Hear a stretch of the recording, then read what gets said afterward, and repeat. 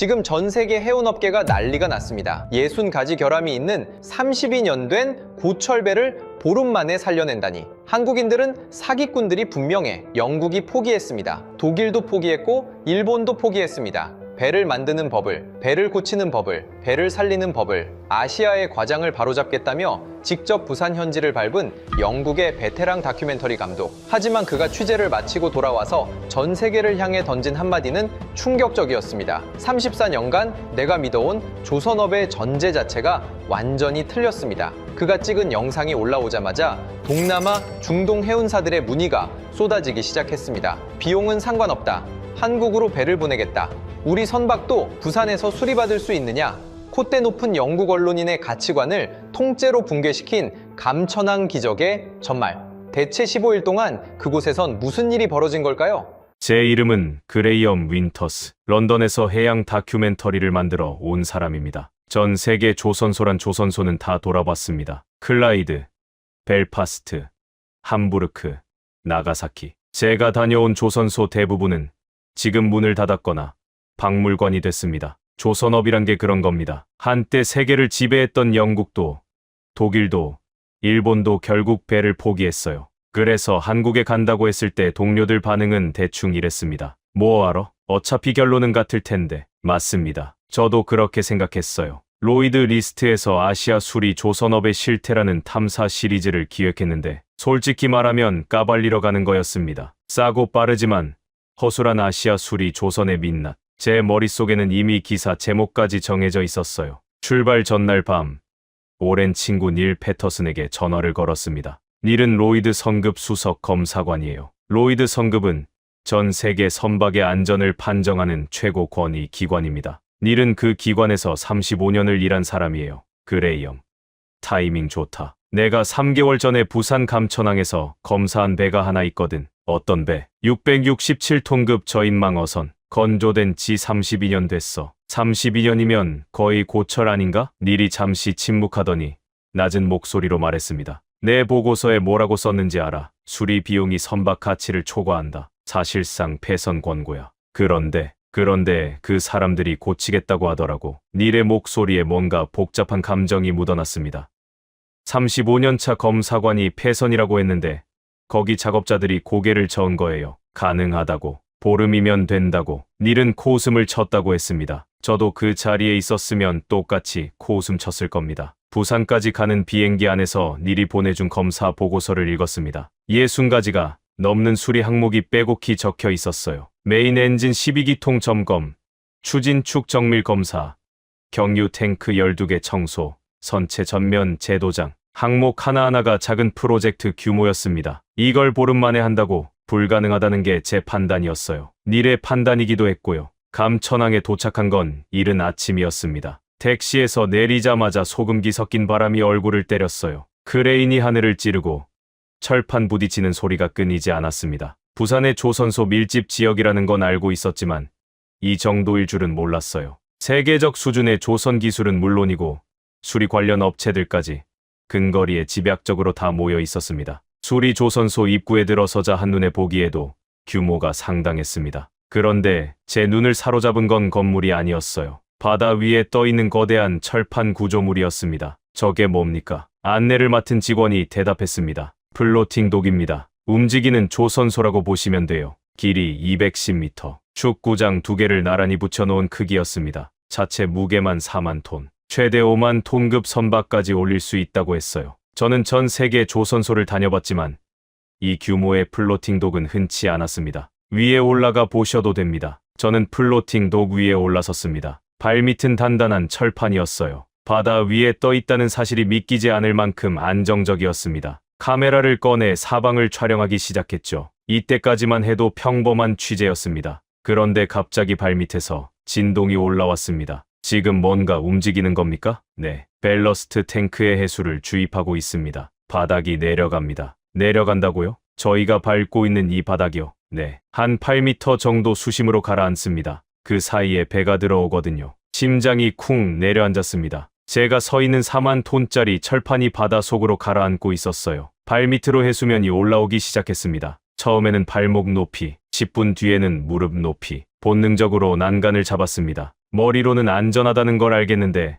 몸이 말을 듣지 않았어요. 4만 톤이 가라앉는데 어떻게 태어날 수 있겠습니까? 괜찮으세요? 옆에서 지켜보던 사람이 웃으며 물었습니다. 작업복에 기름때가 잔뜩 묻어 있었고 이마에는 땀이 배어 있었어요. 손이 투박했습니다. 기름이 송금 사이사이에 박혀있는 수십 년 동안 쇠붙이를 만져온 손이었어요. 배태식입니다. 작업 반장이에요. 악수를 하는데 그 손의 힘이 장난이 아니었습니다. 제 아버지도 이런 손이었어요. 스코틀랜드 클라이드 조선소에서 평생 용접봉을 잡았던 아버지. 그 조선소는 제가 17살 때 문을 닫았습니다. 약 1시간이 걸려 플로팅 독이 8m 아래로 완전히 가라앉았습니다. 그리고 예인선이 32년 된 어선을 끌고 왔어요. 처음 본 순간 솔직한 심정을 말하자면 이게 아직 현역이라는 게 믿기지 않았습니다. 페인트는 벗겨지고 녹이 군데군데 피어 있었고 선체 곳곳에 바다 생물이 다닥다닥 붙어 있었어요. 길이 42.95m,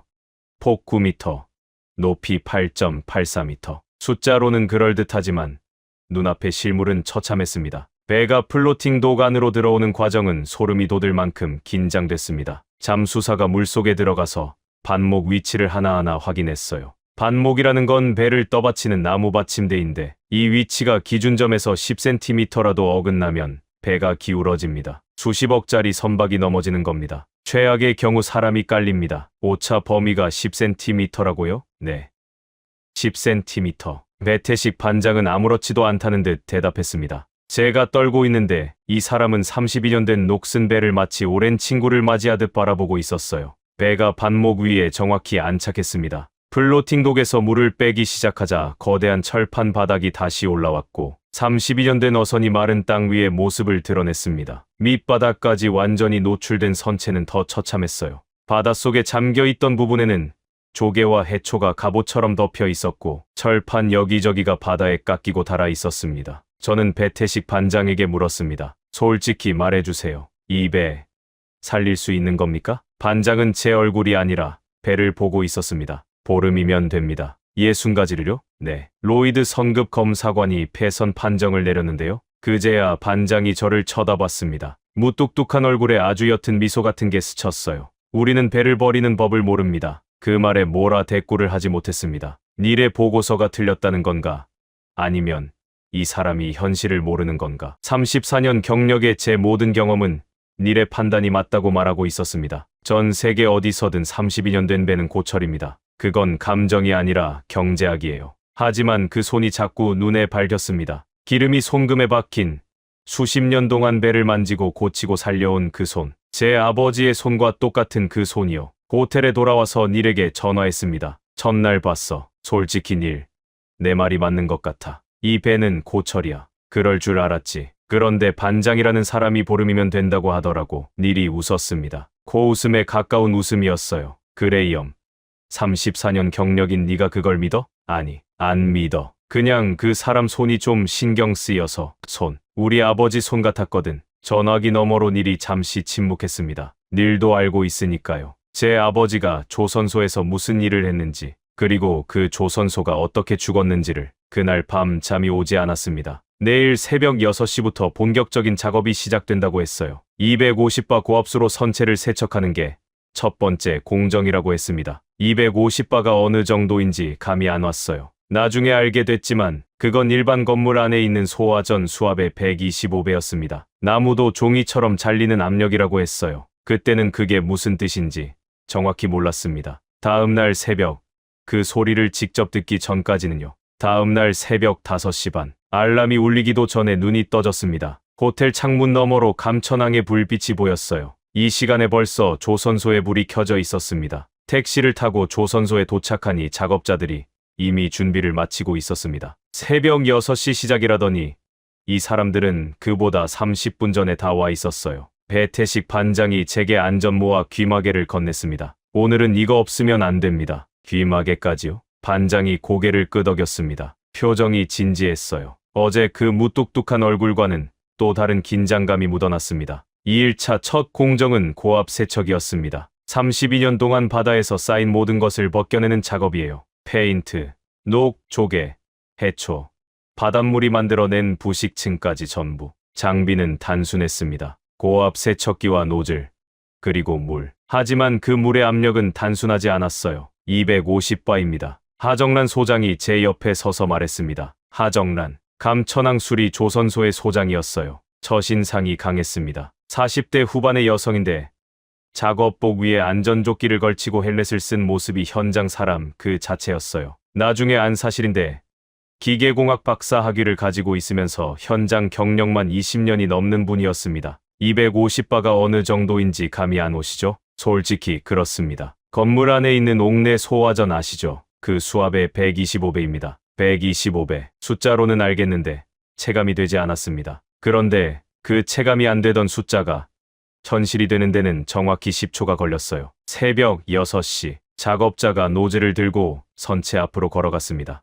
두꺼운 방수복에 안면 보호대까지 완전 무장이었어요. 마치 전투에 나가는 사람 같았습니다. 그가 트리거를 당기는 순간 저는 본능적으로 한 발 뒤로 물러났습니다. 총성이었습니다. 물줄기가 철판을 때리는 소리가 진짜 총성 같았어요. 귀마개를 끼고 있는데도 온몸이 울렸습니다. 하얀 물줄기가 선체에 닿자 32년 된 페인트가 종이처럼 벗겨져 나갔습니다. 조개 껍데기가 산산조각 났고 녹이 가루가 되어 날아갔어요. 마치 배를 발가벗기는 것 같았습니다. 32년치 세월을 한 겹 한 겹 벗겨내는 거였어요. 저 물줄기에 사람이 맞으면 어떻게 됩니까? 하정란 소장에게 물었습니다. 소장이 제 쪽을 보며 담담하게 말했어요. 살갗이 찢깁니다. 소장이 제 시선을 끌었습니다. 선체 밑에 깔려있는 반목을 가리키더군요. 반목은 아비동나무로 만든 건데 아비동이라는 게 세계에서 가장 단단한 목재 중 하나입니다. 쉽게 말해서 도끼로 내려쳐도 잘 안 쪼개지는 나무예요. 그 나무에 세척 물줄기가 실수로 닿은 적이 있었다고 했습니다. 종이처럼 잘렸어요. 세계에서 가장 단단한 나무가 종이처럼. 그리고 그 물줄기를 사람이 들고 있었습니다. 팔 하나에 250바의 반동을 받으면서 선체를 따라 일정한 속도로 이동하면서 단 한순간도 물줄기의 방향을 흐트러뜨리지 않으면서 기계가 하는 게 아니었습니다. 사람이 하고 있었어요. 왜 기계를 안 씁니까? 로봇팔 같은 걸로 하면 더 안전하지 않나요? 제 질문에 하정란 소장이 고개를 살짝 기울였습니다. 기계는 선체 곡면을 못 따라가요. 배라는 게 직선이 아니거든요. 모든 면이 곡선이에요. 그 곡선을 따라가면서 균일한 압력을 유지하려면 사람 손밖에 없습니다. 그 말에 저는 할 말을 잃었습니다. 250바짜리 물줄기를 맨손으로 잡고 곡면을 따라 균일한 압력으로 하루 종일. 이건 기술이 아니라 예술이었습니다. 아니, 전투였어요. 세척이 진행되면서 선체가 벌거벗기 시작했습니다. 32년 된 껍데기가 벗겨지자 밑에 있던 철판이 드러났어요. 저는 당연히 그 철판이 처참한 상태일 거라고 예상했습니다. 32년이잖아요. 바닷물에 32년, 소금과 파도와 압력에 32년을 시달린 철판이 온전할 리가 없었습니다. 그런데 이상한 일이 벌어졌어요. 하정란 소장이 세척이 끝난 부분을 손으로 쓸어보더니 고개를 끄덕였습니다. 생각보다 괜찮네. 괜찮다고요? 이 배, 건조할 때 강제를 좋은 걸 썼어요. 87년에 만들어진 배인데 당시 한국 조선소들이 품질에 목숨 걸던 시절이거든요. 87년. 그러니까 이 배가 태어난 해가 1987년이었습니다. 한국 조선업이 세계 시장을 향해 달려가던 시절. 그때 이 작은 어선 한 척에도 최고 품질의 강제를 넣었다는 거였어요. 32년이 지나서도 그 품질이 살아 있었습니다. 물론 전부 멀쩡한 건 아니었습니다. 소장이 한 지점에서 멈추더니 표정이 달라졌어요. 여기, 이 부분 보이세요? 저는 고개를 들이밀었습니다. 눈에는 아무것도 보이지 않았어요. 그냥 매끈한 철판이었습니다. 뭐가 보여야 하는 건데요? 눈으로는 안 보여요. 하지만 안에 균열이 있을 수 있습니다. 눈에 안 보이는 균열이요? 네. 금속 내부에 생긴 미세한 금이에요. 표면은 멀쩡해 보여도 속은 갈라져 있을 수 있거든요. 이걸 못 찾고 바다에 내보내면 최악의 경우에는 그 부분부터 찢어집니다. 찢어진다는 게 무슨 뜻인지 구체적으로 말씀해 주시겠습니까? 침몰이요. 그 한 단어가 등골을 타고 내려갔습니다. 눈에 보이지 않는 균열. 그것 하나 때문에 배가 침몰할 수 있다. 그리고 이걸 찾아내야 한다. 대체 어떻게? 방법이 있습니다. 소장이 말했어요. 형광쇠가루로 찾아냅니다. 형광쇠가루. 처음 듣는 말이었습니다. 제가 34년 동안 해양 분야에 있었는데 이런 검사 방법을 직접 본 적이 없었어요. 나중에 알게 된 건데 이건 서구권에서는 거의 사라진 기술이었습니다. 너무 숙련된 기술자가 필요하기 때문에 대부분 기계 검사로 대체했거든요. 그런데 한국에서는 아직 이 기술을 쓰고 있었고 기계보다 더 정밀한 결과를 내고 있었습니다. 그건 나중 이야기고 그 순간 저는 세척 현장에서 눈을 뗄 수가 없었습니다. 작업자들의 움직임에 빠져들어 있었거든요. 250바의 반동을 버티면서 곡면을 따라 이동하는 그 사람들. 한 번도 쉬지 않았어요. 할 때만 잠깐 멈출 뿐 물줄기는 하루 종일 쉬지 않고 선체를 때렸습니다. 그 장면을 보면서 갑자기 아버지가 떠올랐습니다. 제 아버지도 이렇게 배를 벗겼습니다. 클라이드 강가에서 스코틀랜드의 차가운 바람을 맞으면서 아버지의 손은 늘 거칠었어요. 공장 기름이 송금 사이사이에 박혀 있었고 겨울이면 갈라진 손등에서 피가 났습니다. 하지만 그 조선소는 1985년에 문을 닫았어요. 영국은 배를 포기했습니다. 배를 고치는 기술도 배를 고치는 사람도 함께 사라졌어요. 그런데 여기에는 아직 있었습니다. 배를 고치는 사람이, 250바를 맨손으로 잡는 사람이, 32년 된 배를 버리지 않는 사람이, 저녁 때 호텔로 돌아가면서 하루 동안 촬영한 영상을 일에게 보냈습니다. 250바 고압 세척 장면이었어요. 노즐에서 뿜어져 나오는 물줄기가 선체를 때리는 장면, 페인트가 벗겨지는 장면, 작업자가 곡면을 따라 이동하는 장면. 1시간 뒤 닐에게서 답장이 왔습니다. 250바. 이 조선소에서 이 규모 시설을? 말도 안 돼. 닐의 놀라움이 느껴졌습니다. 로이드 성급 수석 검사관이 놀라고 있었어요. 하지만 닐은 아직 코웃음을 거두지 않았습니다. 장비가 좋다고 배가 살아나는 건 아니야. 그레이엄. 맞는 말이었습니다. 저도 아직은 닐의 편이었어요. 장비가 좋은 건 인정하지만 60가지를 보름에 해낸다는 건 여전히 불가능해 보였습니다. 그런데 그날 밤 잠자리에 누우면서 하정란 소장이 했던 말이 자꾸 맴돌았어요. 여기, 이 부분 보이세요? 눈으로는 안 보여요. 눈에 보이지 않는 균열. 그걸 형광 쇳가루로 찾아낸다. 대체 어떻게? 도무지 상상이 안 됐습니다. 그리고 소장이 마지막에 덧붙인 말이 있었습니다. 이건 시작에 불과해요. 윈터스 씨, 진짜는 프로펠러부터입니다. 3일차 아침. 4톤짜리 프로펠러를 떼어내야 한다고 했습니다. 저는 당연히 크레인으로 하는 줄 알았어요. 4톤이면 중형 승용차 3대 무게잖아요. 기계 없이는 불가능한 무게입니다. 크레인으로 하는 거죠? 배태식 반장이 고개를 저었습니다. 크레인은 보조입니다. 핵심은 사람이에요. 반장의 말에 저는 잠시 멈춰야 했습니다. 4톤을 사람 손으로 떼어낸다고 잘못 들은 건가 싶었어요. 4일차 아침. 선체 뒤편에 도착하니 이미 작업 준비가 끝나 있었습니다. 먼저 떼어내야 할 것은 방향키였어요. 배의 진행 방향을 조종하는 거대한 철판인데 무게가 약 3톤이었습니다. 그 다음이 프로펠러, 4톤에서 5톤 사이. 그리고 마지막이 추진축. 프로펠러를 배의 엔진에 연결하는 긴 금속 막대인데 이것까지 전부 분리해서 검사해야 했습니다. 작업자 4명이 방향키 앞에 섰습니다. 도구는 놀라울 정도로 단순했어요. 대형 렌치, 충격 공구, 그리고 토치. 그게 전부였습니다. 첫 번째 난관은 볼트였습니다. 32년 동안 바닷물에 잠겨있던 볼트는 녹이 슬어서 꿈쩍도 하지 않았어요. 렌치를 걸고 온 힘을 줘도 꿈쩍을 안 합니다. 작업자 한 명이 토치를 꺼냈습니다. 파란 불꽃이 볼트 주변을 달궜어요. 금속이 팽창하면서 녹의 결합이 느슨해지는 원리였습니다. 뜨거워진 볼트에 충격 공구를 대고 내리치는 순간 드디어 꺽하는 소리와 함께 볼트가 돌아갔습니다. 그런데 이런 볼트가 한두 개가 아니었어요. 방향키 하나에 달린 볼트가 수십 개였습니다. 하나하나를 토치로 달구고 충격을 주고 렌치로 돌리고 이 과정을 수십 번 반복해야 했어요. 저는 카메라를 들고 가까이 다가갔습니다. 작업자들의 얼굴이 렌즈에 잡혔어요. 땀이 비 오듯 쏟아지고 있었습니다. 기온이 높은 것도 있었지만 토치 열기가 사방에서 올라왔거든요. 철판 사이좁은 공간에서 불꽃을 쓰면서 자세를 비틀면서 수십 킬로그램짜리 공구를 다루면서 이들의 작업복은 시작한 지 30분 만에 이미 젖어 있었습니다. 하나 잡아보시겠어요? 작업자 한 명이 충격 공구를 제게 내밀었습니다. 받아들었는데 팔이 축 내려갔어요. 무게가 장난이 아니었습니다. 이걸 하루 종일요, 매일이요.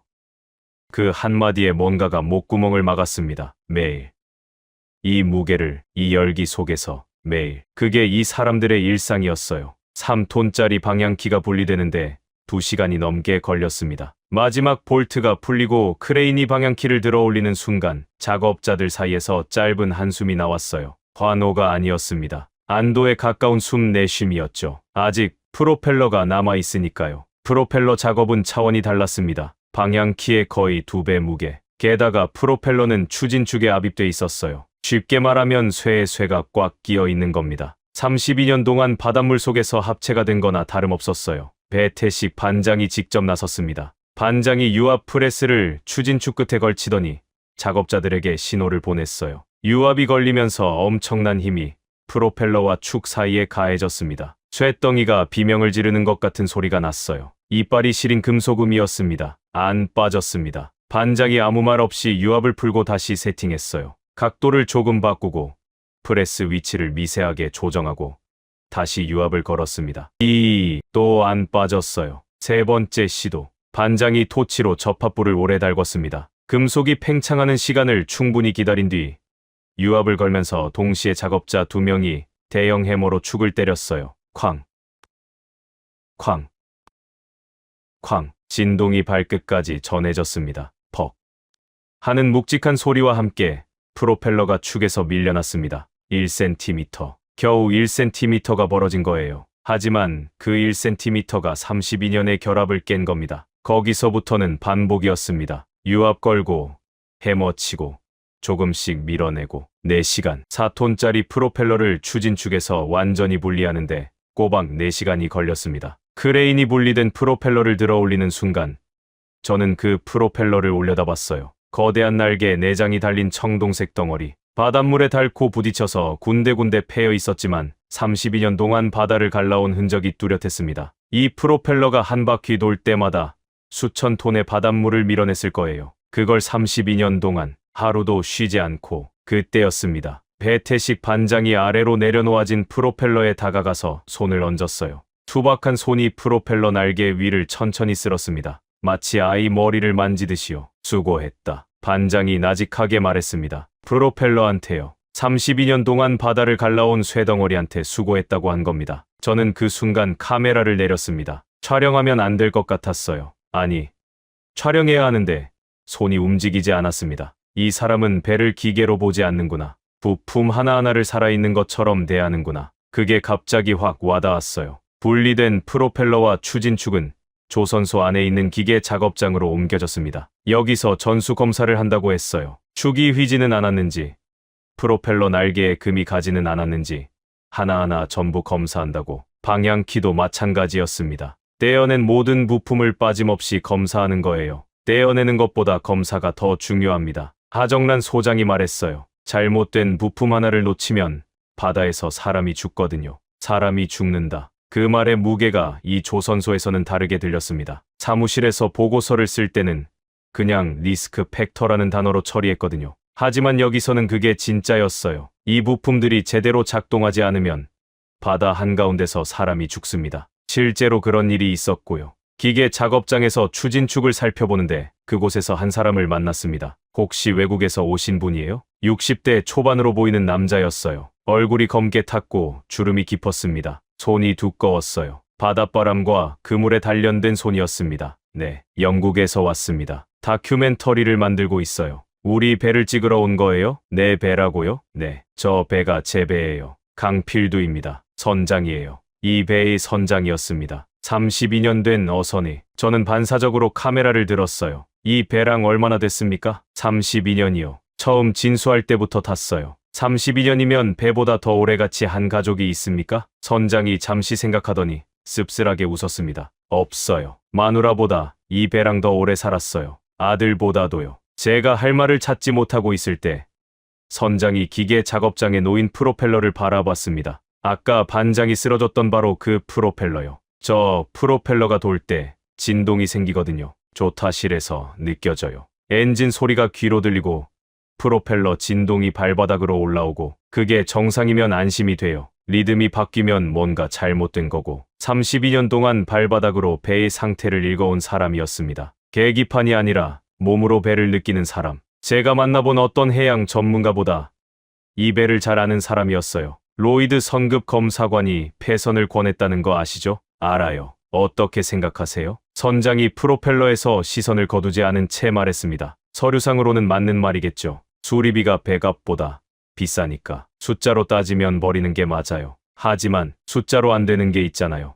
선장의 눈이 붉어졌습니다. 32년. 풍랑도 함께 버텼고, 만선의 기쁨도 함께 나눴고, 동료를 잃은 슬픔도 이 배 위에서 겪었을 겁니다. 그걸 숫자로 따질 수는 없었어요. 살릴 수 있으면 살려야죠. 그래서 여기 온 거예요. 그리고 나서 선장이 덧붙인 말이 있었습니다. 근데 솔직히 걱정은 돼요. 뭐가요? 눈에 안 보이는 거. 속에 금이 가 있으면 어떡하나. 바다에서 그게 갈라지면 끝이거든요. 하정란 소장이 아까 한 말과 똑같은 걱정이었습니다. 눈에 보이지 않는 균열. 소장은 방법이 있다고 했어요. 형광 쇳가루로 찾아낸다고. 선장의 걱정과 소장의 자신감. 그 사이에서 답이 나오려면 그 형광 쇳가루라는 것의 정체를 직접 봐야 했습니다. 기계 작업장을 나오면서 하정란 소장에게 물었어요. 내일 그 비파괴 검사라는 거 직접 볼 수 있습니까? 물론이죠. 내일 마침 추진축 검사가 예정돼 있어요. 소장이 잠시 멈추더니 덧붙였습니다. 윈터스 씨, 내일은 좀 어두운 데서 봐야 합니다. 형광이 빛나려면 어둠이 필요하거든요. 어둠 속에서 빛나는 쇳가루.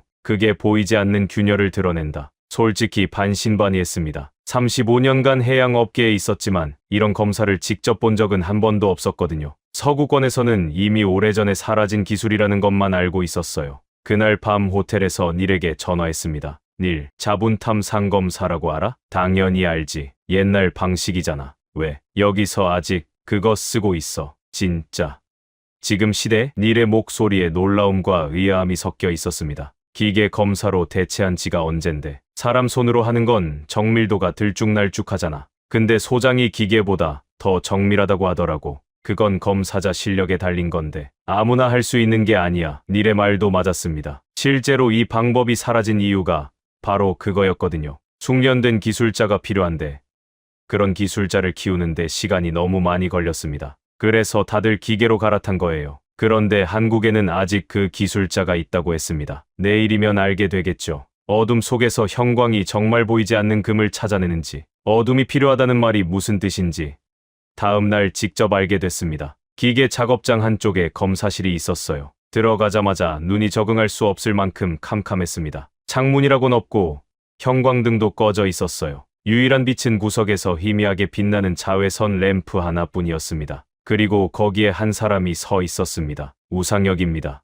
비파괴 검사 담당이에요. 32살이라고 했습니다. 이 조선소에서 만난 사람 중 가장 젊었어요. 그런데 눈빛이 달랐습니다. 다른 작업자들이 투박한 힘을 가진 눈이었다면 이 사람의 눈은 외과의사 같았어요. 차갑고 정밀한 집중력이 느껴졌습니다. 그의 앞에 어제 분리한 추진축이 놓여 있었어요. 길고 묵직한 금속 막대. 겉으로 보면 그냥 매끈한 쇠 기둥이었습니다. 어디에도 금이나 흠집 같은 건 보이지 않았어요. 이걸로 검사합니다. 우상혁이 보여준 장비는 제 예상과 완전히 달랐습니다. 최첨단 기계 장치 같은 걸 기대했거든요. 그런데 그의 손에 들린 건 분무기 같은 통 하나, 전자석 하나, 자외선 램프 하나, 딱 3가지였습니다. 이게 전부입니까? 네, 이게 전부예요. 34년 동안 해양업계에 있었는데 이 단순한 도구, 3개로 눈에 보이지 않는 균열을 찾아낸다고 솔직히 실소가 나올 뻔했습니다. 닐이 옛날 방식이라고 했던 이유를 알 것 같았어요.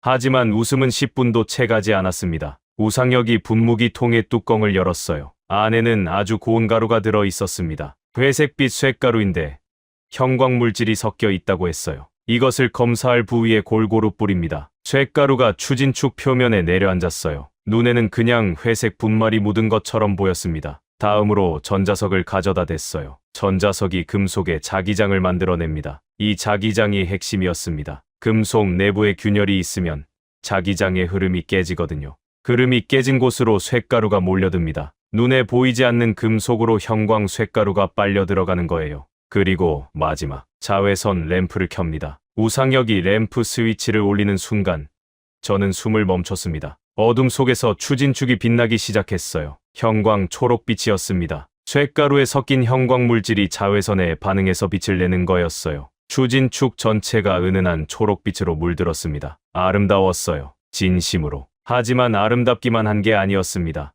여기 보이시죠? 우상혁이 손가락으로 한 지점을 가리켰습니다. 초록빛 속에 유독 밝게 빛나는 선이 하나 있었어요. 가늘고 선명한 빛의 줄기. 마치 형광펜으로 금을 그어놓은 것 같았습니다. 이게 균열입니다. 이게요? 네. 길이 약 3cm. 표면에서는 보이지 않지만 내부로 파고 들어간 크랙이에요. 저는 자외선 램프를 끄고 육안으로 같은 지점을 살펴봤습니다. 아무것도 없었어요. 매끈한 금속 표면일 뿐이었습니다. 램프를 다시 켰더니 선이 또 나타났습니다. 거기 분명히 있었어요. 눈에 보이지 않는 금이, 형광 쇳가루가 그 금속으로 빨려 들어가서 빛나고 있었습니다. 마치 혈관 조영술 같았습니다. 병원에서 혈관에 조영제를 넣고 엑스레이를 찍으면 혈관이 보이잖아요. 이것도 같은 원리였어요. 금속에 피가 보이는 느낌이었습니다. 배의 혈관을 들여다보는 거였어요. 이걸 못 찾고 바다에 나갔으면 어떻게 됩니까? 옆에서 지켜보던 하정란 소장이 대답했습니다. 진동과 하중이 반복되면 균열이 커집니다. 작은 금이 점점 벌어져요. 어느 순간 임계점을 넘기면 그때부터는 순식간이에요. 순식간이라는 건 철판이 찢어집니다. 바닷물이 들어오고 최악의 경우 침몰이요. 3cm, 겨우 3cm짜리 균열 하나가 배를 침몰시킬 수 있다. 그리고 그 3cm를 이 사람은 쇳가루와 자석과 자외선 램프로 찾아냈습니다. 우상혁은 검사를 계속했어요. 추진축의 모든 표면을 구간별로 나눠서 같은 과정을 반복했습니다. 쇳가루 뿌리고 전자석 대고 자외선 켜고 확인하고 하나의 구간을 검사하는데 약 20분. 추진축 전체를 다 보려면 반나절이 걸린다고 했어요. 검사를 하는 동안 우상혁의 손놀림을 계속 지켜봤습니다. 쇳가루를 뿌리는 양, 전자석을 대는 각도, 자외선 램프를 비추는 거리, 모든 동작이 일정했어요. 기계처럼 정밀한데 기계에는 없는 뭔가가 있었습니다. 감이라고 해야 할까요? 특정 부위에서 램프를 조금 더 오래 비추거나 쇳가루를 한 번 더 뿌리거나 미세한 차이인데 그게 숙련된 기술자만이 가진 촉이었습니다. 이 기술을 배우는데 얼마나 걸립니까? 기본 교육은 6개월이에요. 하지만 현장에서 혼자 검사할 수 있으려면 최소 3년은 해야 합니다. 3년이요? 미세한 균열과 쇳가루 뭉침을 구별하는 눈은 시간이 없으면 안 생겨요. 교과서로는 안 됩니다. 그 말을 듣고 니리 했던 얘기가 떠올랐습니다. 이 방법이 서구권에서 사라진 이유. 숙련된 기술자를 키우는데 시간이 너무 많이 걸리니까 다들 기계로 대체한 거였어요. 더 빠르고 더 편하고 사람에 의존하지 않아도 되니까. 하지만 기계가 이 정밀도를 낼 수 있을까? 저는 솔직히 의문이 들었습니다. 그때 검사실 문이 열리고 누군가 들어왔습니다. 금발의 키가 큰 여성이었어요. 작업복 위에 다른 조선소 마크가 붙어 있었습니다. 안녕하세요. 엘레나 코발렌코입니다. 노르웨이 DNV에서 왔어요. DNV, 노르웨이에 본사를 둔 세계적인 성급 기관이었습니다. 로이드 성급과 함께 세계 해양 안전의 양대 산맥이죠. 국제 성급 합동 검사차 감천항을 방문했다고 했습니다. 엘레나가 우상혁의 검사 과정을 지켜보더니 눈이 커졌어요. 자분탐 상검사를 아직 쓰고 있어요? 네. 여기서는 표준 검사 방법 중 하나입니다. 노르웨이에서는 이 방법을 10년 전에 포기했어요. 왜요? 엘레나가 어깨를 으쓱했습니다. 너무 숙련된 기술자가 필요하니까. 그 정도 사람을 키울 여유가 없었어요. 그래서 초음파 자동 검사 장비로 전환했죠. 초음파 장비의 정밀도는 어떻습니까? 제가 물었습니다. 엘레나가 잠시 생각하더니 솔직하게 대답했어요. 나쁘지 않아요. 하지만 이 정도는 아닙니다. 엘레나가 자외선 램프 아래에서 빛나는 균열 표시를 가리켰습니다. 이 정밀도를 기계로 내려면 장비 가격이 몇 배는 뛰어요. 그리고 그래도 곡면 부위에서는 사람 손을 못 따라와요. 기계는 직선은 잘 보는데 곡선에서 약하거든요. 그럼 이 방법이 더 우수하다는 건가요? 기술자 실력이 이 정도라면 그렇죠. 엘레나가 우상혁을 바라보며 말했습니다. 한국에 아직 이 기술을 쓸 수 있는 사람이 있다는 게 믿기지 않아요. 솔직히 부럽습니다. 우상혁은 그 말에 특별한 반응 없이 검사를 계속했어요. 다음 구간에 쇳가루를 뿌리고 있었습니다. 칭찬에 들떠야 할 나이인데 이 사람은 그냥 자기 일에 집중하고 있었습니다. 검사가 끝나고 밝은 곳으로 나왔을 때 하정란 소장이 결과를 정리해줬습니다. 추진축에서 균열 1건 발견, 프로펠러 블레이드에서 미세 크랙 2건 발견, 방향키는 이상 없음. 균열이 발견된 부분은 어떻게 합니까? 깎아내고 용접으로 보강합니다. 보강 후에 다시 같은 검사를 합니다. 빛이 안 나올 때까지요. 빛이 안 나올 때까지. 즉 눈에 보이지 않는 금이 완전히 사라질 때까지 검사를 반복한다는 뜻이었습니다. 검사실을 나오면서 엘레나에게 물었어요. 엘레나, 당신 35개국 조선소를 다녀봤다고 했죠? 네. 이 수준의 비파괴 검사를 다른 곳에서 본 적 있어요? 엘레나가 잠시 생각하더니 고개를 저었습니다. 없어요. 이건 한국이기 때문에 가능한 거예요. 기술도 기술이지만 이 기술을 유지할 수 있는 사람이 있다는 게 핵심이거든요. 호텔에 돌아와서 닐에게 영상을 보냈습니다. 자외선 아래에서 형광 초록빛이 균열을 따라 빛나는 장면이었어요. 20분 뒤 닐에게서 전화가 왔습니다. 그레이엄.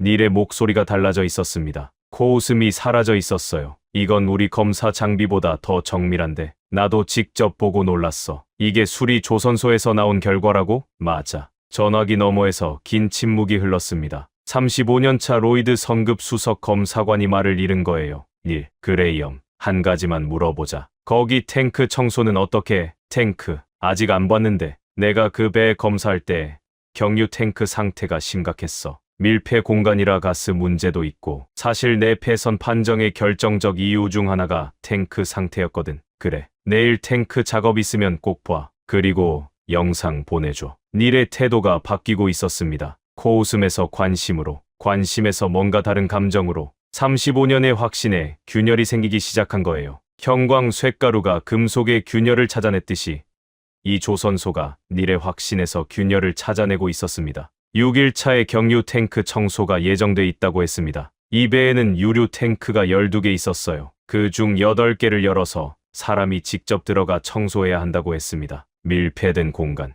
산소 농도가 기준 이하면 사람이 의식을 잃습니다. 그 안에 사람이 들어가야 했어요. 닐이 폐선 판정의 결정적 이유라고 한 그 탱크. 과연 어떤 상태이길래, 그리고 그 안에 들어간다는 건 도대체 어떤 경험이길래. 6일차 아침이 밝아오고 있었습니다. 6일차 아침, 조선소에 도착하니 분위기가 전날과 달랐습니다. 작업자들이 평소보다 조용했어요. 농담도 없고 장난도 없었습니다. 배태식 반장의 표정도 한층 더 굳어 있었어요. 오늘은 탱크입니다. 반장이 짧게 말했습니다. 그 한마디에 작업자들의 어깨가 미세하게 긴장하는 게 보였어요. 며칠간 함께 지내면서 이 사람들의 분위기를 읽을 수 있게 됐거든요. 250바 고압 세척을 할 때도 4톤 프로펠러를 뜯을 때도 이런 분위기는 아니었습니다. 힘든 건 힘들었지만 긴장감의 종류가 달랐어요. 오늘은 달랐습니다. 무거웠어요. 하정란 소장이 제게 다가왔습니다. 윈터스 씨, 오늘 작업은 위험합니다. 탱크 입구까지만 동행하실 수 있어요. 안에는 못 들어갑니다. 왜요? 밀폐 공간이거든요. 산소 농도가 기준 이하면 들어간 사람이 의식을 잃어요.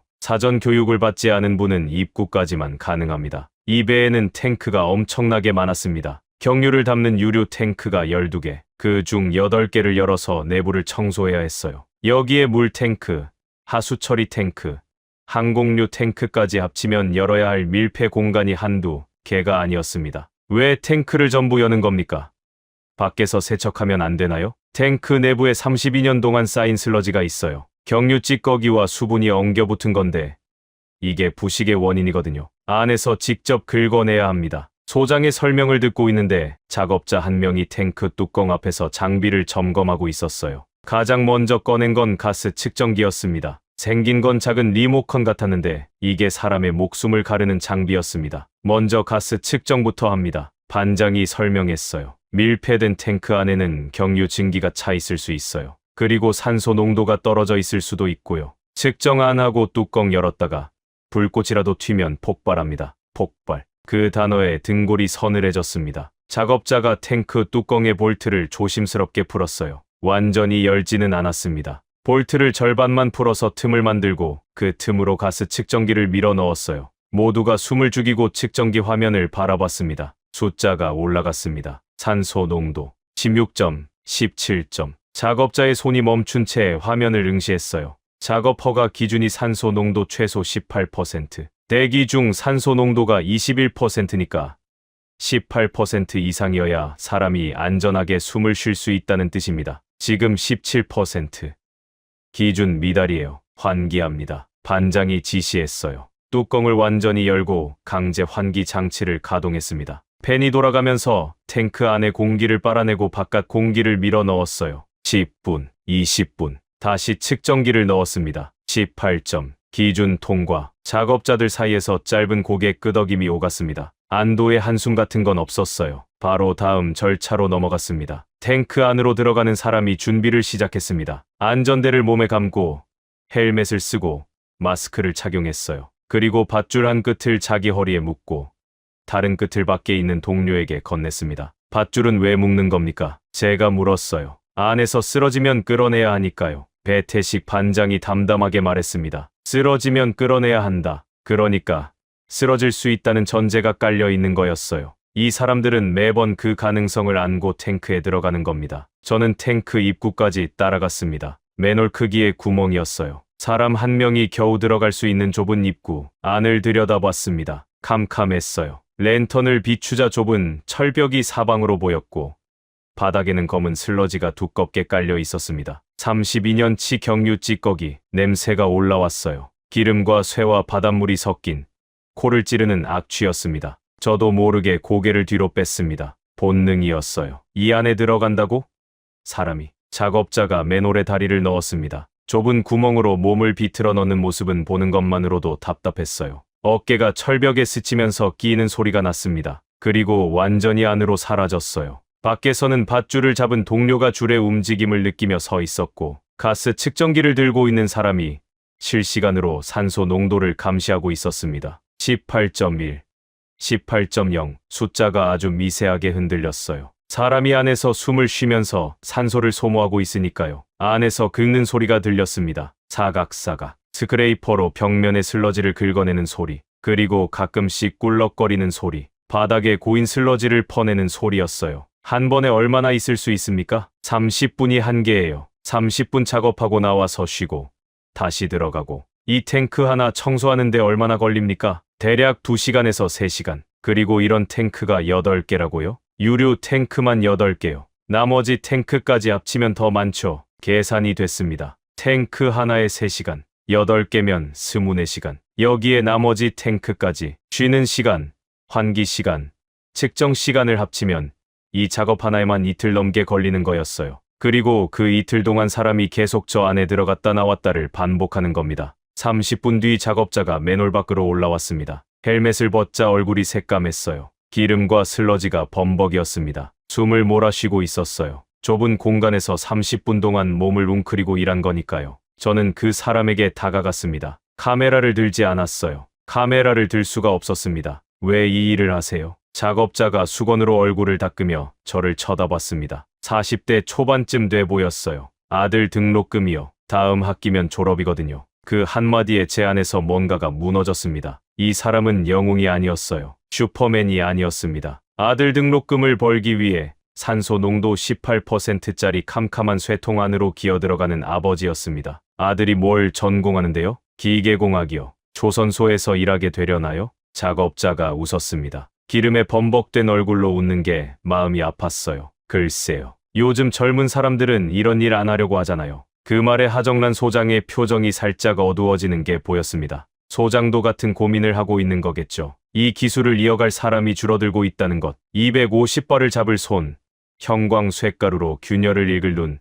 밀폐 탱크에 들어갈 용기. 이것들이 사라지면 한국 수리 조선업의 경쟁력도 함께 사라지는 겁니다. 두 번째 탱크, 세 번째 탱크. 작업은 계속됐습니다. 탱크마다 먼저 가스를 측정하고 환기하고 기준을 통과하면 사람이 들어가고 30분 단위로 교대하고 같은 과정이 반복됐어요. 하지만 매번 가스 측정기의 숫자가 다르게 나왔습니다. 어떤 탱크는 바로 통과했고 어떤 탱크는 환기를 2번 해야 했어요. 네 번째 탱크에서는 산소 농도가 15%까지 떨어져 있어서 30분 넘게 환기를 돌려야 했습니다. 15%면 어떻게 됩니까? 의식이 흐려져요. 판단력이 떨어지고 몸에 힘이 빠지고 본인은 잘 모릅니다. 그냥 졸리다고 느끼거든요. 그래서 더 위험해요. 졸리다고 느끼면서 죽을 수 있다. 그 말이 머릿속에서 떠나지 않았습니다. 해가 기울 무렵 그날의 탱크 작업이 끝났습니다. 작업자들이 하나둘씩 장비를 정리하고 있었어요.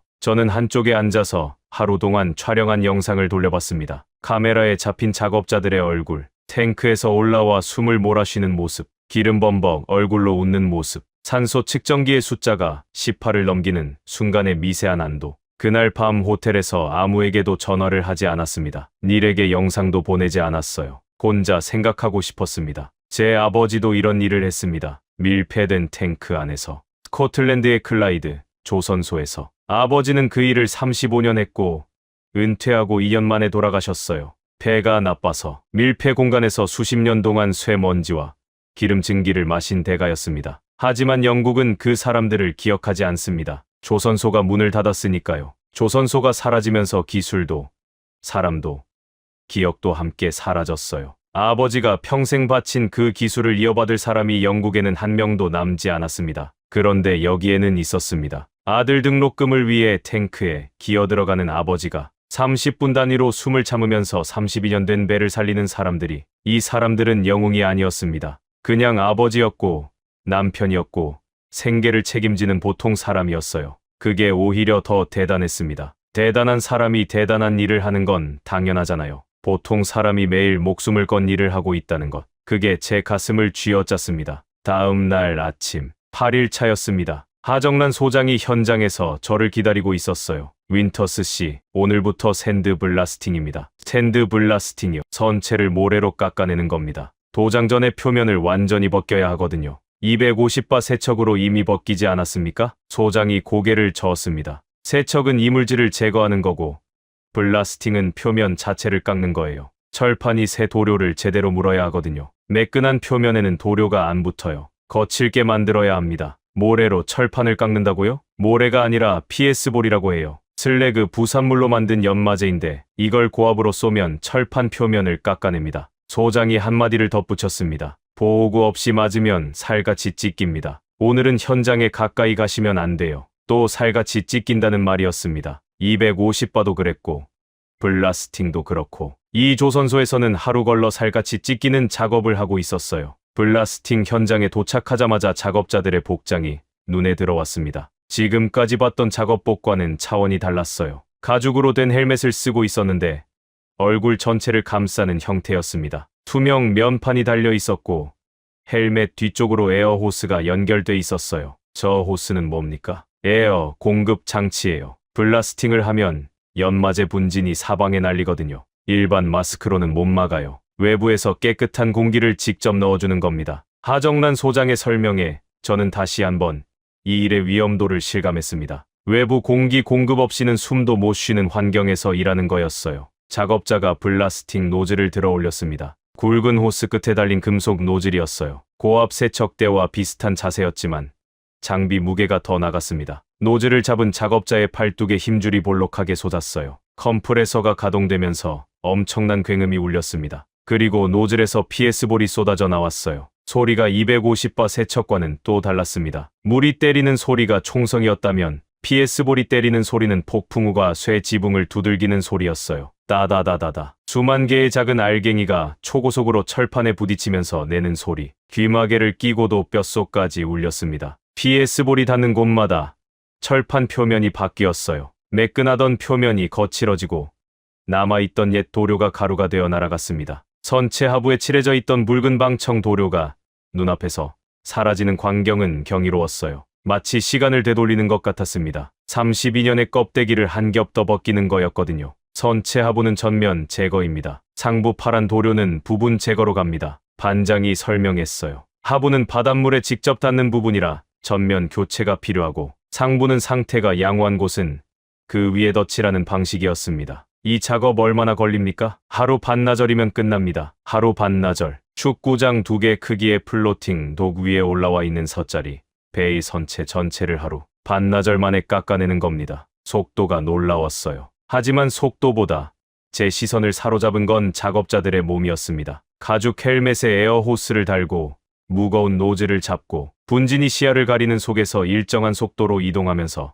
철판을 깎아내는 이 사람들의 작업복에는 PS볼이 때린 자국이 점점이 박혀 있었어요. 작은 구멍들이었습니다. 저 구멍은 뭡니까? PS볼이 튀어서 맞은 자국이에요. 작업복을 뚫는다고요? 보호구 빈틈으로 들어오면 뚫리죠. 살에 맞으면 멍이 들고 정면으로 맞으면 살같이 찢깁니다. 저는 블라스팅 현장에서 한 발짝 더 물러섰습니다. 안전거리를 유지하고 있었는데도 간혹 튀어나온 알갱이가 제 안전조끼에 톡톡 부딪혔어요. 알갱이 하나하나가 모래알 크기인데 속도가 붙으면 총알이 되는 거였습니다. 점심시간에 작업자들이 헬멧을 벗었습니다. 얼굴에 헬멧 자국이 빨갛게 나 있었어요. 땀에 젖은 머리카락이 이마에 들러붙어 있었고 얼굴 전체가 분진으로 회색빛이었습니다. 그 상태로 도시락을 꺼내 밥을 먹기 시작했어요. 가죽 헬멧이 무겁지 않습니까? 한 작업자에게 물었습니다. 웃으면서 대답하더군요. 처음에는 목이 아팠어요. 그런데 한 달쯤 하니까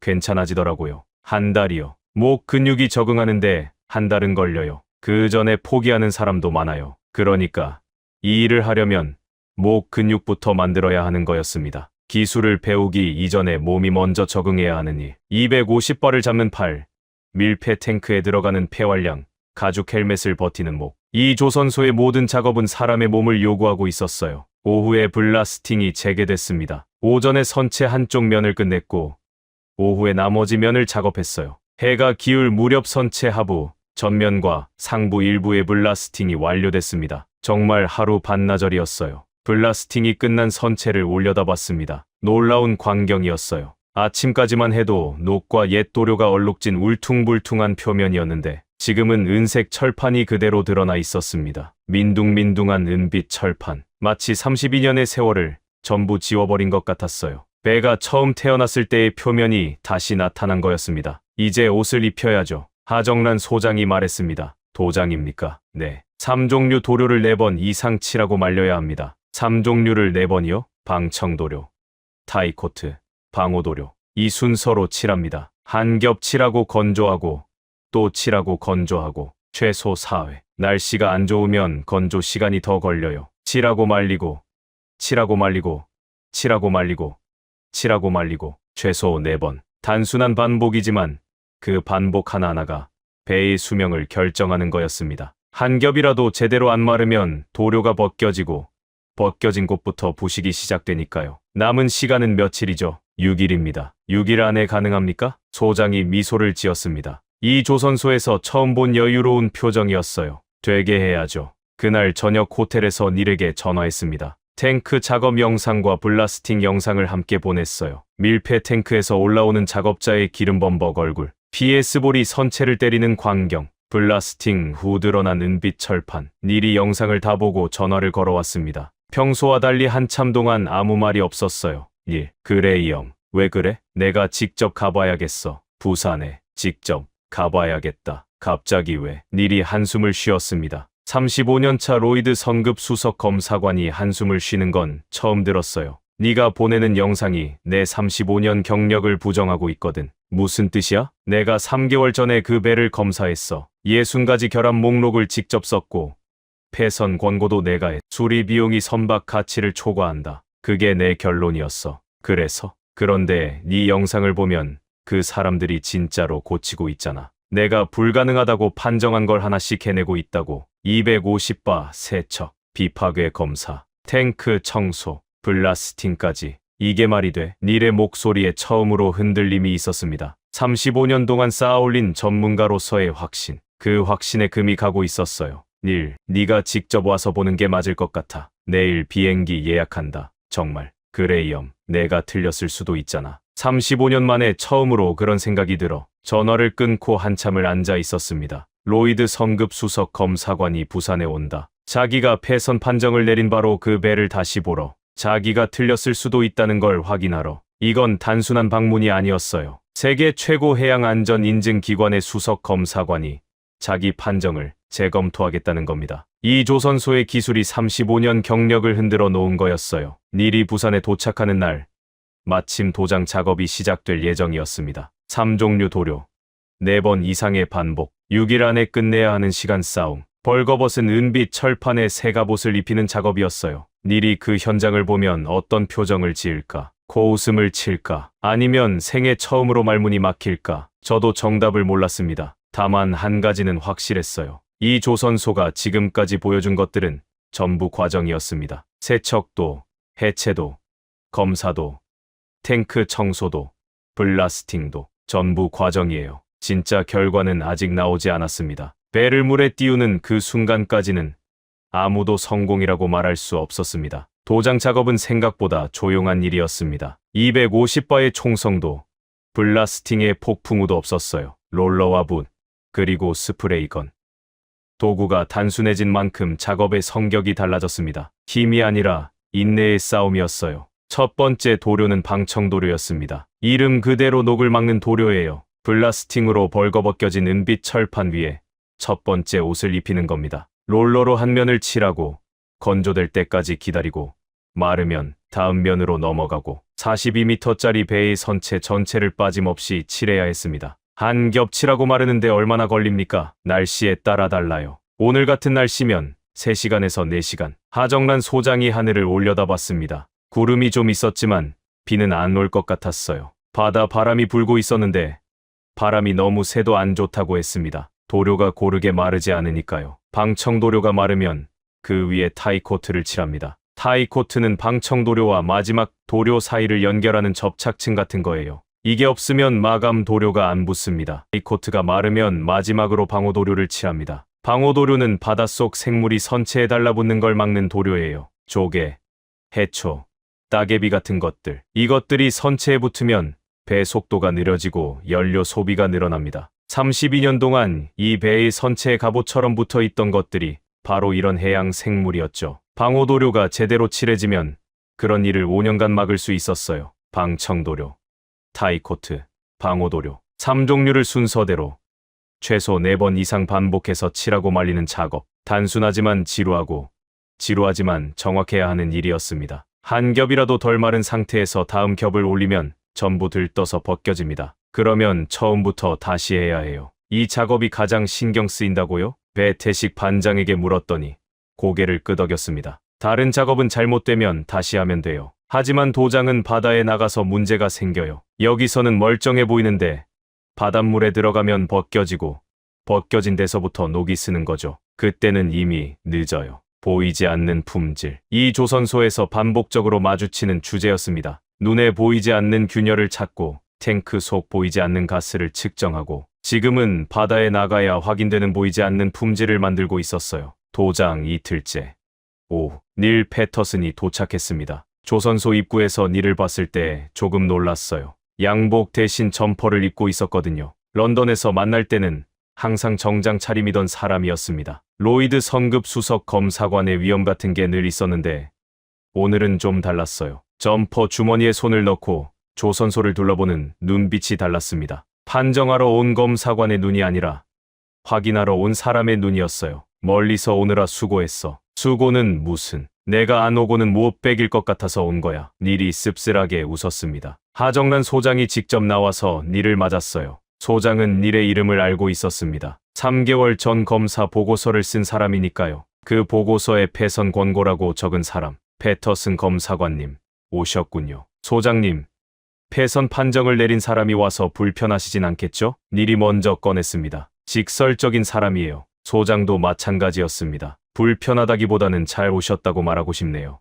직접 보시면 판단이 달라지실 수도 있으니까요. 소장이 닐을 현장으로 안내하기 시작했습니다. 저는 카메라를 들고 뒤를 따랐어요. 이 장면은 반드시 기록해야 했습니다. 세계 최고 성급 검사관이 자기가 패선 판정을 내린 배의 수리 현장을 직접 보는 순간이니까요. 소장이 가장 먼저 보여준 것은 250바 고압 세척 기록이었습니다. 세척 전후 사진, 사용 수압, 작업 시간, 작업자 이름까지 빠짐없이 기록돼 있었어요. 닐이 기록부를 넘기면서 눈썹이 올라갔습니다. 작업 기록을 이렇게 상세하게 남깁니까? 모든 공정을 기록합니다. 누가, 언제, 어떤 장비로, 어떤 조건에서 작업했는지. 나중에 문제가 생겼을 때 추적할 수 있어야 하니까요. 다음은 비파괴 검사 결과였습니다. 우상혁이 자분 탐상 검사로 찾아낸 균열 위치, 크기, 처리 방법이 전부 사진과 함께 정리돼 있었어요. 닐이 결과지를 들여다보는 시간이 길어졌습니다. 안경을 벗어 닫고 다시 쓰더니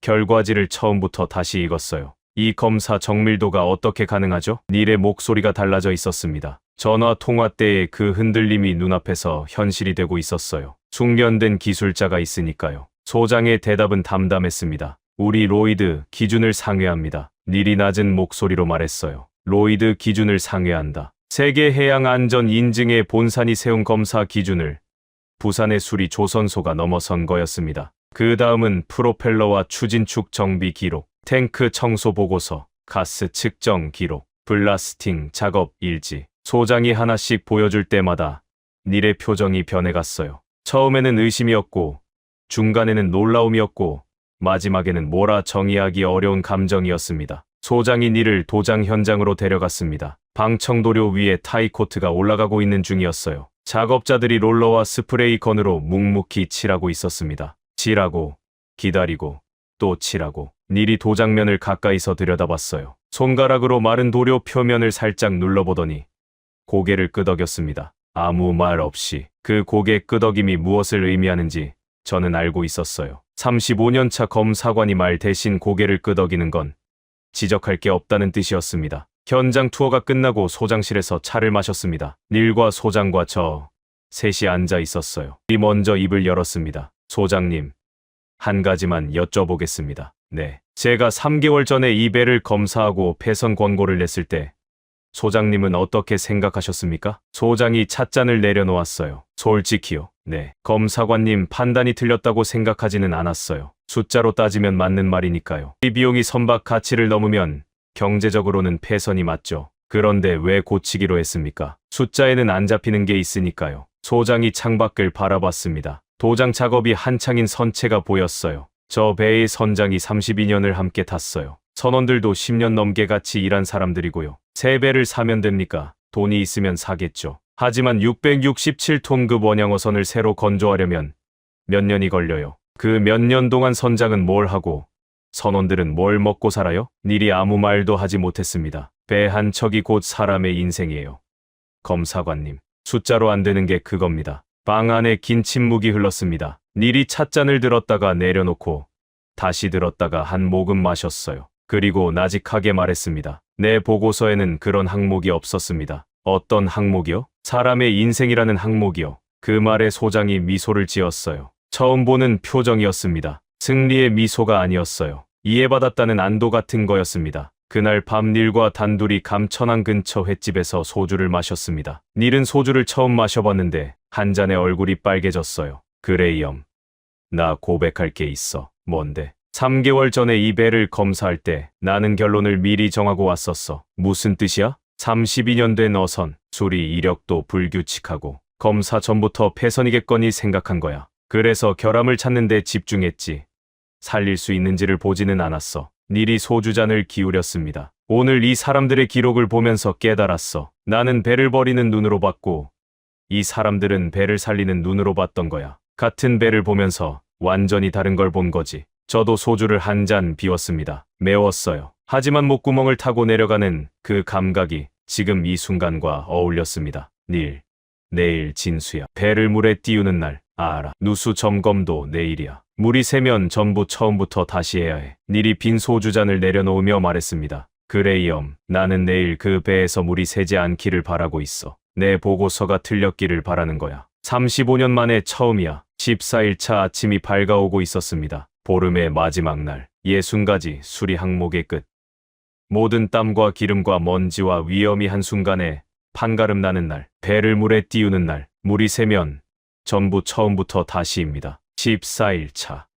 새벽 5시에 눈이 떠졌습니다. 알람을 맞춰놓지 않았는데 저절로 깼어요. 긴장 때문이었습니다. 오늘의 의미를 모를 수가 없었거든요. 호텔 창문을 열자 감천항의 새벽 공기가 밀려왔습니다. 소금기와 기름 냄새가 섞인 이제는 익숙해진 냄새. 보름 전에는 이 냄새가 낯설었는데 오늘은 달랐어요. 마치 시험 당일 아침에 학교 앞에 서 있는 기분이었습니다. 보름간의 공부가 끝나고 이제 시험지를 받아드는 순간 조선소에 도착하니 이미 사람들이 모여 있었습니다. 작업자들은 물론이고 하정란 소장, 배태식 반장, 우상혁까지 그리고 닐이 제 옆에 서 있었어요. 어젯밤 소주를 마시고도 아침 일찍 나온 겁니다. 얼굴이 조금 부어 있었지만 눈빛은 맑았어요. 강필두 선장도 와 있었습니다. 보름 동안 조선소 근처 여관에 머물면서 매일 배를 보러 왔다는 건 나중에 알았어요. 오늘은 표정이 달랐습니다. 입술이 마른 채 굳어 있었고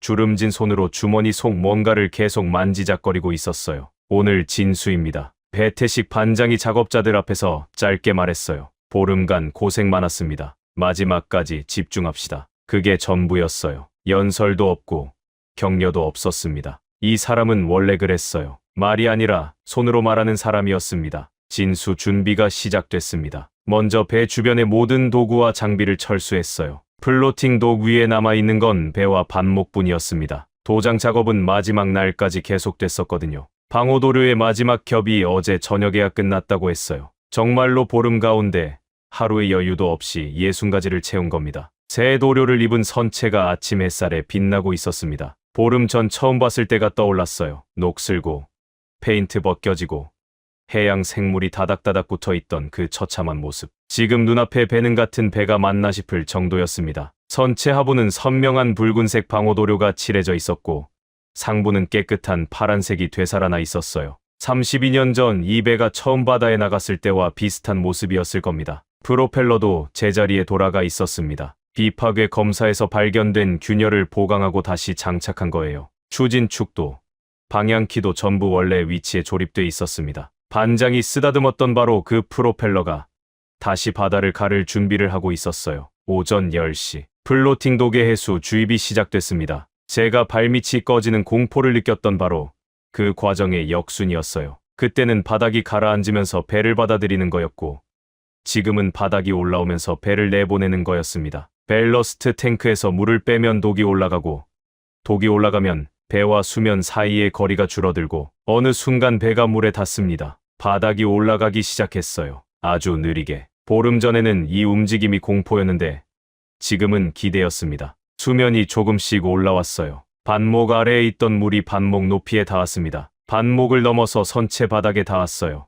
붉은 방호도료가 칠해진 선체 하부가 처음으로 물에 닿는 순간이었습니다. 모두가 숨을 죽였습니다. 누가 시킨 것도 아닌데 조선소 전체가 조용해졌어요. 크레인도 멈춰 있었고 다른 작업장의 소리도 들리지 않았습니다. 바람 소리와 물이 차오르는 소리만 남았어요. 수면이 올라갔습니다. 선체 하부가 물에 잠기기 시작했어요. 10cm, 20cm, 30cm. 물이 선체를 감싸면서 배가 반목 위에서 미세하게 움직였습니다. 부력을 받기 시작한 거예요. 배가 물에 뜨려는 힘과 반목이 잡고 있는 힘 사이에서 미세한 진동이 일어났습니다. 그리고 어느 순간 배가 반목을 떠났습니다. 떠올랐어요. 32년 된 667톤짜리 어선이 물 위에 떠올랐습니다. 보름 전에 죽어가던 배가 새 옷을 입고 물 위에 떠 있었어요. 하지만 아직 끝이 아니었습니다. 여기서부터가 진짜였어요. 누수 점검 시작합니다. 배태식 반장의 목소리가 울렸습니다. 작업자들이 배 위로 올라갔어요.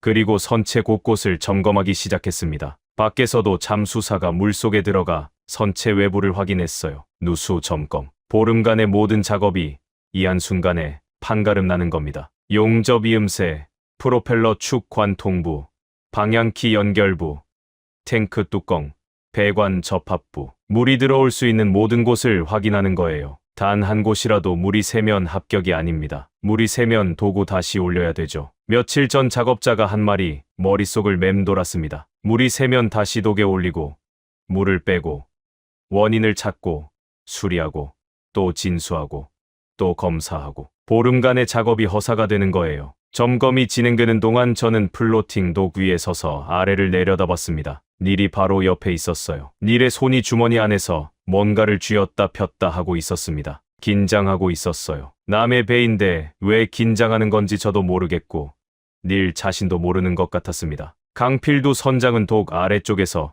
배를 올려다보고 있었어요. 입술이 파르르 떨리고 있었습니다. 하정란 소장은 무전기를 들고 점검조와 교신하고 있었어요. A 구역 이상 없음, B 구역 이상 없음, C 구역 이상 없음. 한 구역씩 통과할 때마다 미세한 안도가 흘렀습니다. 하지만 끝까지 가봐야 했어요. 마지막 구역이 남아 있었으니까요. 이 구역 점검 중 무전기가 잠시 조용해졌습니다. 3초, 5초. 시간이 늘어지는 느낌이었어요. 왜 답이 없는 거지? 제 심장이 빨라졌습니다. 닐이 제 쪽을 힐끗 봤어요. 소장의 무전기를 쥔 손에 힘이 들어간 게 보였습니다. D 구역. 점검자의 목소리가 무전기에서 나왔어요. 한 번 더 확인합니다. 한 번 더 확인한다. 그 말에 현장 분위기가 얼어붙었습니다. 무슨 뜻이지? 뭔가 발견한 건가? 물이 새는 건가? 5초, 10초, 15초. D 구역 이상 없음. 물기가 있어서 재확인했는데 결로였습니다. 결로. 온도 차이 때문에 생긴 물방울이었어요. 누수가 아니라 이슬이었습니다. 전 구역 누수 점검 완료. 이상 없음. 무전기를 통해 최종 보고가 나온 순간 조선소에 정적이 흘렀습니다. 1초, 2초. 그리고 배태식 반장이 고개를 한번 끄덕였어요. 그게 신호였습니다. 작업자들 사이에서 박수가 터져 나왔습니다. 우레 같은 환호는 아니었어요. 보름 동안 목숨 걸고 일한 사람들의 조용한 박수였습니다. 서로의 어깨를 두드리고 씩 웃고 고개를 끄덕이는 정도. 하지만 그 조용한 축하 속에 담긴 감정의 무게를 저는 알고 있었습니다. 배태식 반장이 선체를 올려다봤어요. 보름 전 반목 위에서 처음 만났던 바로 그 자리에서 이제는 물 위에 떠있는 배를 바라보고 있었습니다. 반장의 입에서 나직한 말이 나왔어요. 저 배가 나가서 안전하게 만선을 또 할 수 있도록 그런 마음밖에 없습니다. 그 한마디에 주변이 또 조용해졌습니다. 반장은 아무렇지 않은 얼굴이었어요. 감동적인 말을 한다는 자각이 전혀 없는 표정이었습니다. 그냥 사실을 말한 거예요. 자기가 왜 이 일을 하는지, 왜 보름 동안 새벽부터 밤까지 일하는지, 왜 32년 된 배를 버리지 않는지, 만선. 그물 가득 고기를 잡아오는 것, 뱃사람에게 가장 좋은 날, 반장은 그날을 위해 일하는 거였어요. 강필두 선장이 플로팅 독 아래에서 올라왔습니다. 선장의 눈이 빨갛게 충혈돼 있었어요. 반장에게 다가가서 두 손으로 반장의 손을 잡았습니다. 말이 없었어요. 그냥 잡고 있었습니다. 32년 된 배와 함께 늙은 선장과 그 배를 보름 만에 살려낸 반장. 두 사람의 거친 손이 맞잡혀 있었습니다. 고맙습니다. 선장이 겨우 한마디를 꺼냈어요. 반장이 대답했습니다. 만선하고 오세요. 저는 그 장면을 카메라에 담았습니다. 이번에는 카메라를 내리지 않았어요. 이건 기록해야 했습니다. 기술이 아니라 사람을 찍어야 하는 순간이었으니까요. 닐이 제 옆에서 코를 훌쩍였습니다. 돌아보니 닐이 눈을 문지르고 있었어요. 바닷바람 때문에 눈이 시려 61세의 로이드 성급 수석 검사관은 그렇게 둘러댔습니다. 저는 웃지 않았어요. 저도 바닷바람 때문에 눈이 시렸거든요. 닐이 코를 한번 풀고 나서 말했습니다. 그래 이엄, 내 보고서 수정해야겠어. 어떻게? 폐선 권고 철회한다. 이유는 닐이 물 위에 떠있는 배를 바라보며 말했어요. 이 사람들이 만든 건 수리가 아니야. 그럼 뭔데? 부활이야. 부활. 닐의 입에서 나온 그 단어가 바닷바람을 타고 감천항에 퍼졌습니다. 32년 된 배의 부활. 그리고 그 부활을 만들어낸 사람들. 저는 보름 전에 이 조선소에 왔을 때를 떠올렸습니다. 까발리러 왔었어요. 아시아 수리 조선의 허점을 찾으러. 기사 제목까지 미리 정해놓고 35년의 경력이 내린 결론은 단순했습니다. 32년 된 배는 고철이다. 보름 동안 저는 허점 대신 경위를 발견했습니다. 고철 대신 부활을 목격했어요. 그리고 그 부활의 중심에는 기계가 아니라 사람이 있었습니다. 250발을 맨손으로 잡는 사람, 4톤을 4시간에 걸쳐 떼어내는 사람, 어둠 속에서 형광으로 금을 찾는 사람, 산소 18% 탱크에 기어 들어가는 사람, 모래 총알을 맞으면서 철판을 깎는 사람, 칠하고 말리고를 4번 반복하는 사람, 그리고 그 모든 걸 보름 만에 해내는 사람들. 이 사람들 때문에 배가 살았습니다. 다음 날 아침, 수리를 마친 어선이 감천항을 떠나는 날이었습니다. 부두에 나가니 배가 이미 출항 준비를 끝내고 있었어요. 엔진이 낮게 울리고 있었습니다. 보름 전 플로팅 독 위에서 처음 봤을 때는 죽어가는 짐승의 신음 같았는데 지금 이 엔진 소리는 달랐어요. 12기통 2400마력이 고르게 돌아가는 소리. 건강한 심장 소리였습니다. 강필두 선장이 조타실에 서 있었습니다. 창문 너머로 제 쪽을 봤어요. 손을 들었습니다. 저도 손을 들었어요. 그게 전부였습니다. 32년 된 배와 32년을 함께한 선장. 이 배가 다시 바다에 나간다는 것은 이 사람의 인생이 계속된다는 뜻이었습니다. 백고동이 한번 울렸어요. 배가 천천히 부두를 떠났습니다. 프로펠러가 돌기 시작하면서 뱃머리에 하얀 물결이 일었어요. 보름 전 반장이 쓰다듬었던 바로 그 프로펠러가 다시 바다를 가르고 있었습니다. 배가 감천항 방파제를 지나 외해로 나가는 걸 지켜봤습니다. 점점 작아지는 파란 선체. 새로 칠한 방호도료의 붉은 선이 수면 아래로 사라지고 파란 상부만 보이다가 그것마저 수평선에 겹쳤어요. 그리고 사라졌습니다. 돌아서는데 배태식 반장이 거기 서 있었어요. 배가 사라진 수평선을 보고 있었습니다. 표정은 여전히 무뚝뚝했어요. 감정이 없는 게 아니라 겉으로 안 드러내는 거라는 걸 이제는 알고 있었습니다. 반장님, 네. 왜 이 일을 계속하세요? 반장이 저를 쳐다봤어요. 보름 동안 수없이 마주쳤는데 이 질문은 처음이었습니다. 다른 거 할 줄 몰라서요. 웃었어요. 무뚝뚝한 얼굴에 웃음이 번지는 건 처음 봤습니다. 그리고 배가 좋아서요. 그게 전부였어요. 다른 거 할 줄 모르고 배가 좋아서. 35년을 이 일만 해온 사람의 대답이었습니다. 거창한 소명 의식 같은 건 없었어요. 하지만 그 단순한 대답 속에 이 조선소의 모든 것이 담겨 있었습니다. 250발을 잡는 이유도 사톤을 떼어내는 이유도, 탱크에 기어 들어가는 이유도 다른 거 할 줄 모르고 배가 좋아서, 그래서 배를 버리지 않는 겁니다. 호텔로 돌아가서 노트북을 열었습니다. 로이드 리스트에 보낼 기사를 써야 했어요. 원래 기사 제목이 뭐였는지 기억납니까? 아시아 수리 조선의 민낯. 까발리러 온 거였죠. 허점을 찾아서 쓰려고 했던 기사. 제목을 지웠습니다. 그리고 새 제목을 썼어요. 부산에서 만난 세계 마지막 장인들. 기사를 쓰기 시작했습니다. 키보드를 두드리는데 자꾸 멈추게 되더군요. 쓸 게 너무 많았어요. 250바의 총성, 프로펠러를 쓰다듬는 손, 어둠, 속 형광 초록빛, 산소 18%의 탱크, 아들 등록금, 모래, 총알, 지라고 말리고, 그리고 만선하고 오세요. 기사 중간에 이런 문장을 썼습니다. 34년간 전 세계 조선소를 다녔다. 다치는 조선소만 봤다. 클라이드, 벨파스트, 함부르크, 나가사키. 하지만 부산 감천항에서 나는 처음으로 살아있는 조선소를 봤다. 쓰면서 아버지가 떠올랐습니다. 이번에는 다른 감정이었어요. 보름 동안 아버지를 여러 번 떠올렸습니다. 250발을 볼 때, 탱크 작업을 볼 때, 블라스팅을 볼 때, 매번 아버지의 손이 겹쳐 보였어요. 기름이 손금에 박힌 그 손. 아버지의 클라이드, 조선소는 죽었습니다. 영국이 배를 포기했으니까요. 조선소가 문을 닫으면서 기술도 사라지고, 사람도 흩어지고, 기억도 묻혔습니다.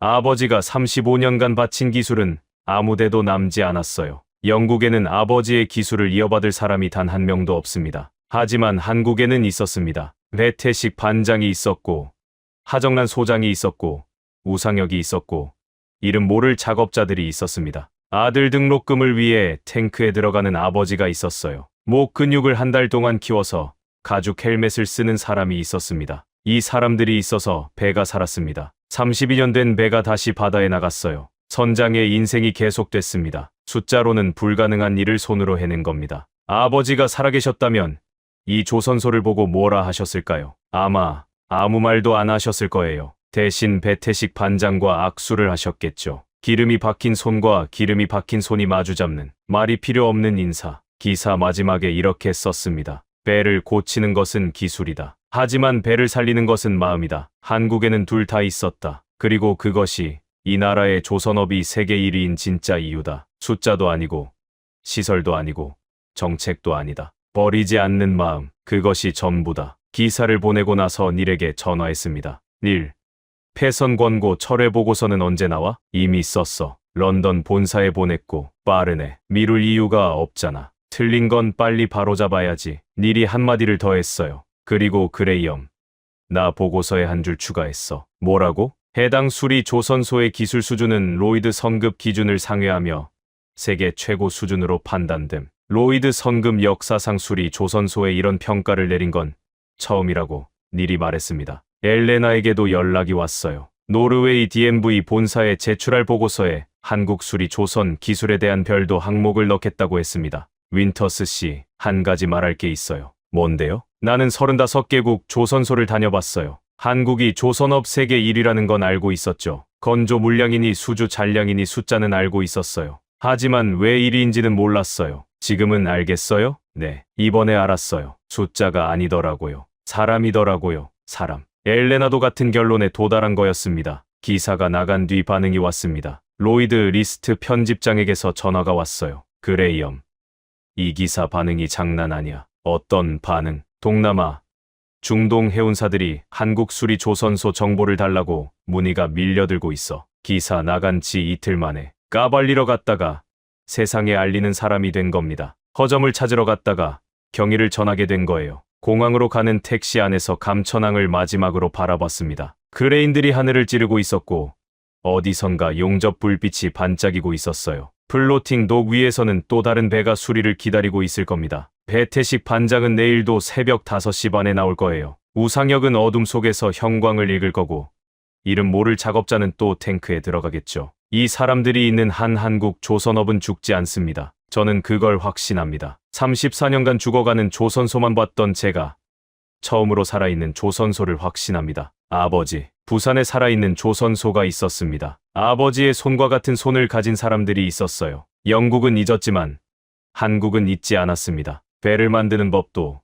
배를 고치는 법도, 배를 살리는 법도. 아무것도 잊지 않았어요. 그리고 저는 이 이야기를 세상에 전했습니다. 아버지가 못하 한 이야기를 부산이 이어가고 있다는 것을. 여러분, 지금까지 영국 해양 전문가 그레이엄 윈터스가 부산 감천항에서 목격한 보름의 기록을 함께 하셨습니다.